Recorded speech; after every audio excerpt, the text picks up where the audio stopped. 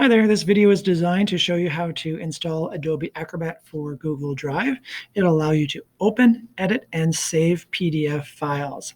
So in that world of online, we know that teachers are readily and often using PDF files to share assignments and work, even worksheets. And we also probably know the challenge of PDFs is you can't ever type in them. So you're often finding that you need to print them out, maybe handwrite your answers, scan them, send them back to your teacher. So PDFs are really useful. The challenge, of course, is you can't write on them.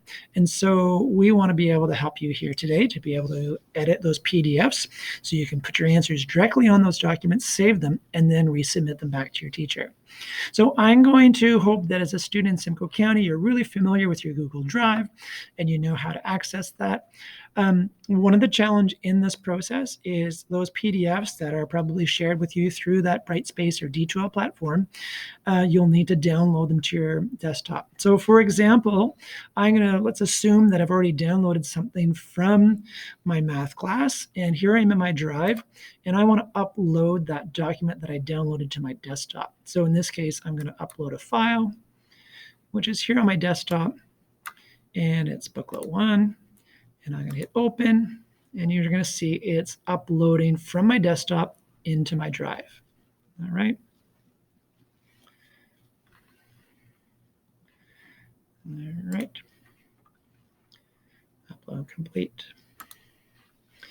So if we click on this here, you'll see it opens like this, and we recognize, well, we can't really type on it. We could print it at this point, but there's nothing really else we can do with it.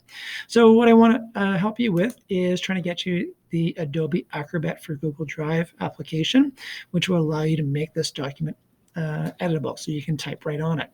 So for me, I already have it installed, so lucky for me. If you by chance have it already installed, you're good to go as well. For everyone else, you're going to have to take these next steps. You're going to want to hit Connect More Apps. We'll give it a moment here. It's going to take us to the Google Marketplace. In the search apps, you can do Adobe. Hopefully it should show up fairly quickly. Adobe Acrobat. It'll look like this icon here. For me, it's already installed. Obviously for you, you'll want to take the steps of installing it. It'll ask you for a variety of permissions to do that, and you just have to hit allow, allow, allow, allow, allow to take you to that process of installation.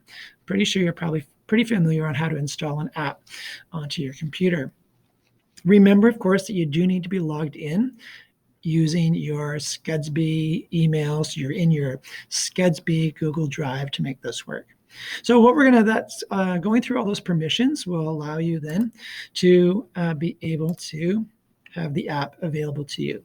Now, chances are to have it really kick in after you've uploaded the app, you'll need to close Chrome completely and then start it up again.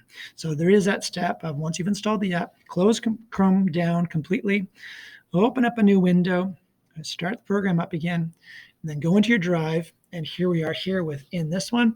And then you should have Adobe Acrobat for Google Drive show up. So I'm going to click it here. You'll see that the document shows up like this.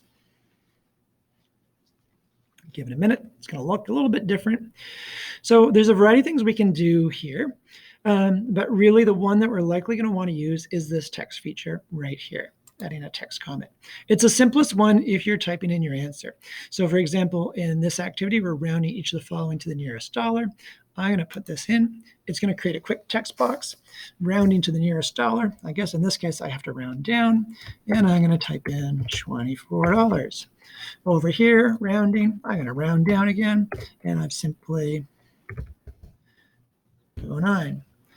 So all I've done here, I'm using my left click, and I can type it in. I'm going to round down, and I'm going to do 6. If I realize I've made a mistake, however, I can go back. Hey, I didn't round. I just put in the same number. There's an error. So I'm going to click on this again. Let me try again. Oh, give it a second. Sometimes it takes a moment. There it is. And there's my trash can. So I can delete that, and then I can type in the right answer. $2 straight. Okay. So at that point, I can then save it. So it's the easiest way, again, using that text feature, makes a text box, allows you to type in your answer. There are some handwriting features as well, which are a little sloppy. So I would encourage you to use that text feature as much as possible to type in your answer. Depending on the nature of the worksheet or how you're answering things, this tool, it should overall be pretty useful for you. So I hope it works out well. Remember, of course, once you've done, you want to hit save. Oh, looks like it's already read my mind there, started to save for me automatically. Hey, we are in Google Drive after all. But we'll do one more here just to demonstrate 24. And then I can hit save up here. Okay. So from this point forward, you'll see that same document here is now your edited document. So when you are submitting that assignment back to your teacher, so within Brightspace T2L in your Dropbox, you're grabbing that assignment from your Google Drive. In this case, it's this PDF, but it should be there for you. And it should be a smooth and easy way to sort of simplify submitting PDFs and editing PDFs for your teacher. All right. Best of luck. I hope it works for you really well.